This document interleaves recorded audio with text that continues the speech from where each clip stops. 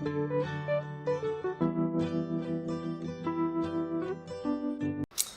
y'all doing today? It's your boy Jermaine from Eat Right Guys Nutrition and Fitness, and today I just want to talk to y'all about my experiences becoming a board certified specialist in renal nutrition.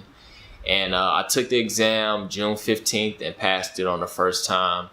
And studying for the test, like I really didn't know what to study. There's very few people that have this certification. Usually dietitians either have like the CDE, certified diabetes educator, or they're certified in sports nutrition or certified in nutrition support. There's very few that are certified in renal nutrition. And so like trying to look up information on like what to study, what to expect for the exam, it's just like non-existent on the internet. So I wanted to be the first one to provide some insight and just to reflect on how my experiences was when it comes to studying and taking the exam, just for any other dietitians working in dialysis or kidney transplants or whatever that decided they want to take this exam, and just making it a little bit easier for you.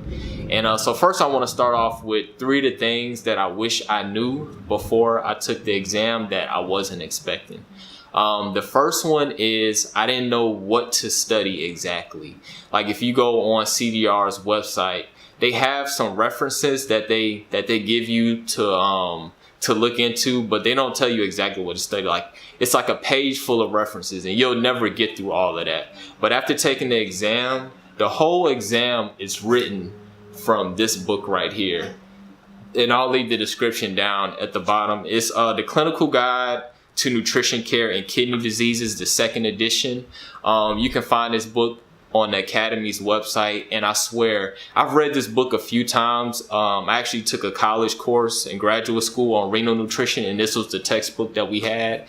And I swear the whole test comes from this book alone. So this is the only thing you need to study from, this book right here.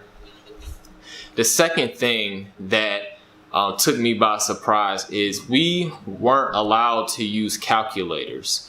So when I took the test, I realized that I don't know how to do long division and multiplication with decimals, like stuff that we learned in elementary school. Since I've been using a calculator probably since middle school, I didn't realize how dependent I was on calculators. So when I had to like do long division on a piece of paper with a pencil, I actually had to spend time practicing to make sure, hold up, do I still know how to do this? And it may sound crazy or whatever, but if you haven't done that stuff in a long time, you will lose it. So definitely before you take this exam, you need to practice your basic multiplication and division, because you will be required to do that by hand and not have a calculator on the exam. The third thing that I didn't expect from the exam was that I had to know anthropometrics measurements, if that's how I'm pronouncing it. So like height, weight, and all that stuff like that.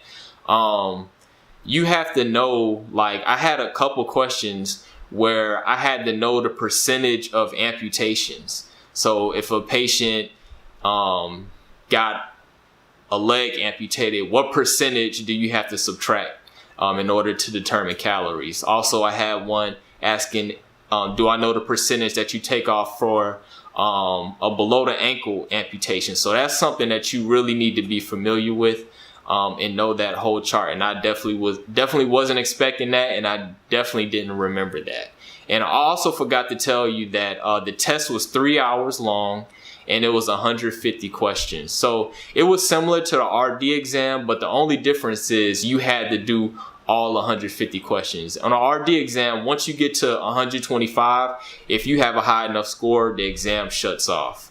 But this test, it was very, very exhausting, and you had to do all 150 questions. And also most of it was case studies. And also I wrote down some notes as soon as I took the exam of some of the things that I saw and things that you would need to remember.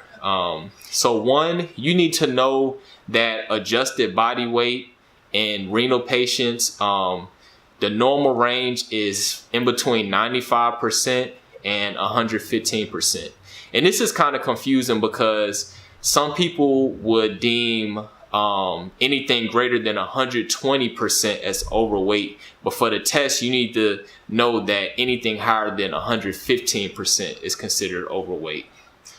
Also talked about the amputations. Also, when it comes to peritoneal dialysis, you need to know the difference between high transport and low transport. That's something I didn't know. I don't deal with peritoneal dialysis patients, so that's definitely a chapter that you want to discuss, that you want to go over with.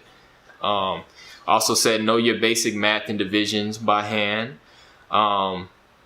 Another one, you need to be familiar with some of the medications post-transplant. They had a lot of questions about transplantation to where you had to be able to recognize those medications, and I didn't know that. I didn't think I needed to know that, but you definitely need to be familiar with the medications, the immunosuppressant medications.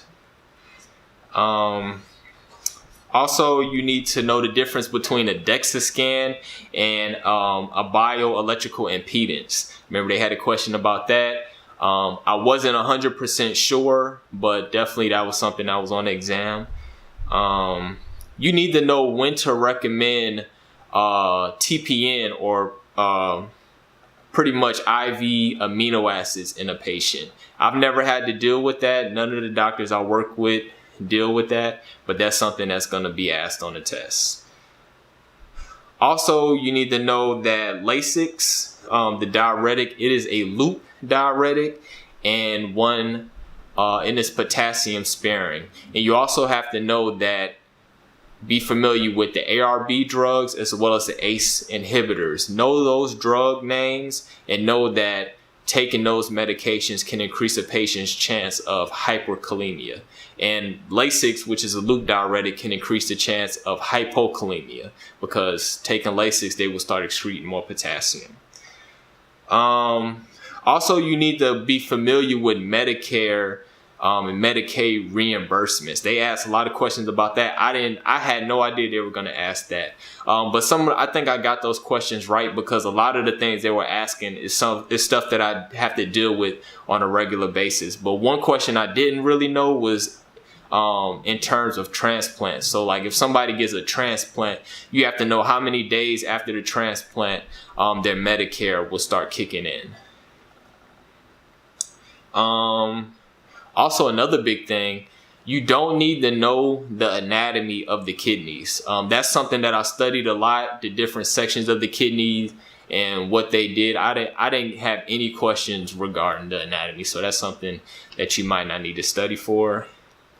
And last, when it comes to anthropometrics, they had a question on there that asked me how to determine a patient's height if they're like in a wheelchair. So you have to know, do you measure from the ground to their knee, their arm span, things like that. So be very familiar with the anthropometric measurements. Also like waist to hip ratios, when to use that, when to use BMI, is stuff like that. And last but not least, you need to know how to look at lab values. So a lot of the questions are case studies, and they're going to have a list of the medications that the patient's taking and the lab values. They're not going to give you the normal ranges, so you just have to be able to spot it. So things like sodium, potassium, calcium, PTH, albumin, you need to know those ranges. And you need to know the ranges based off of whether they're on hemodialysis, peritoneal, acute. Usually there's not too much of a fluctuation with that. And you need to know the ranges based off of this book. So one thing that I like, so for example, where I work at, when it comes to parathyroid hormone levels, the normal range we look at is in between 150 and 600. For the test, you need to know the normal range that they're looking for is 150 to 300. Another one is calcium. At my job, our normal range for calcium is 8.5 to 10.0. For the test, they want you to know that their normal range is 8.4 to 10.2. So that's another thing you have to take into consideration. Just because it may be a range that you're used to seeing at your occupation, it may not be what they want you to know. So definitely go over this book, go over every chapter thoroughly, because there's going to be questions from all sections. And hopefully this video helps some of y'all out with the exam. If y'all have any questions, you can email me at eatrightguy@gmail.com, or you can send me a DM on Instagram at eatrightguy. Y'all have a nice day. And if you're a nutrition student or a dietetic intern and you're concerned about passing the RD exam, feel free to join my Facebook group, RD Exam Prep, which will be down in the description. And this is where you can be part of a community that will answer any questions that you may have, as well as I provided free study guides, notes, and practice exams. And while you're at it, follow me on Instagram at eatrightguy, and visit my website, eatrightguy.com, where I post weekly blogs on nutrition and dietetics related topics.